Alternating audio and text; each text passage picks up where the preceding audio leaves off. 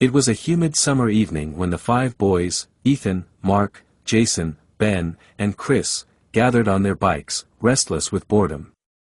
The air buzzed with the sounds of cicadas, and the sun hung low in the sky, casting long, eerie shadows across the small town.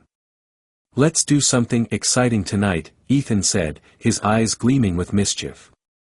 He was always the leader, the one who got them into trouble. The others followed him, even when they knew it wasn't a good idea. "What do you have in mind?" Mark asked, pushing his thick glasses up his nose. Ethan glanced over his shoulder, toward the edge of town where the old cemetery sat. It had been there for as long as anyone could remember, tucked behind the woods like a forgotten relic. People said it was haunted, that strange things happened if you lingered there after dark. But the boys didn't believe in ghosts. At least, not until that night. "We'll ride to the cemetery," Ethan said with a grin, "and we'll prove we're not afraid of anything." The others exchanged uneasy glances.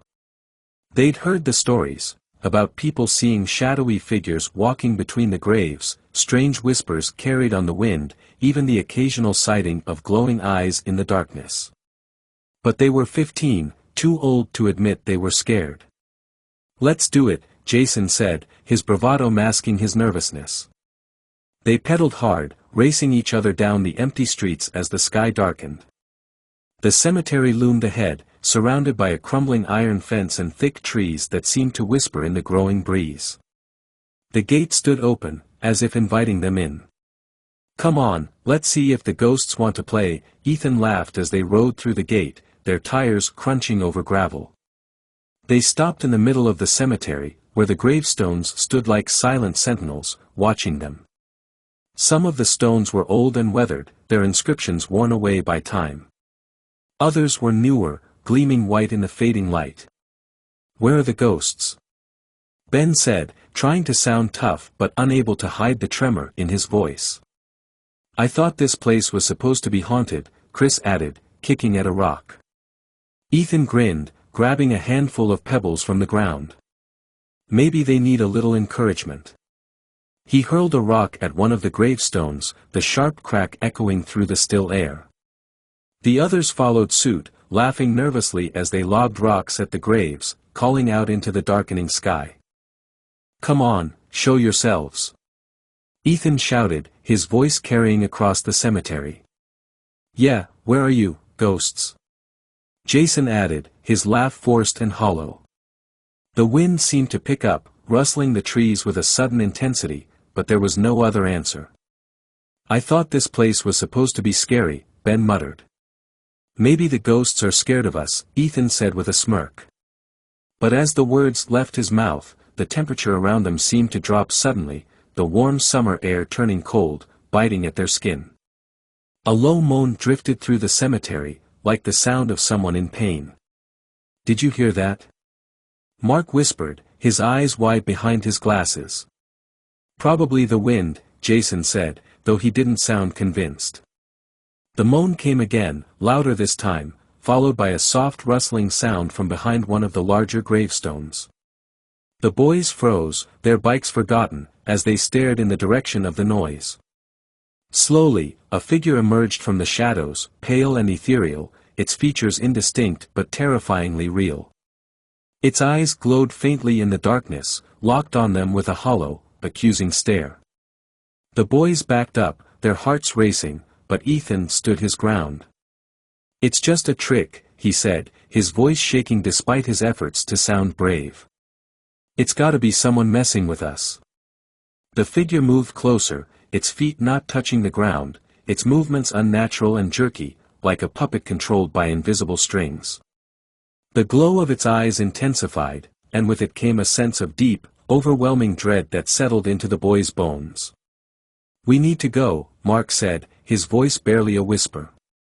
But before they could move, the ground beneath them began to tremble. Gravestones shifted, and the earth seemed to ripple as if something deep below was stirring, trying to break free.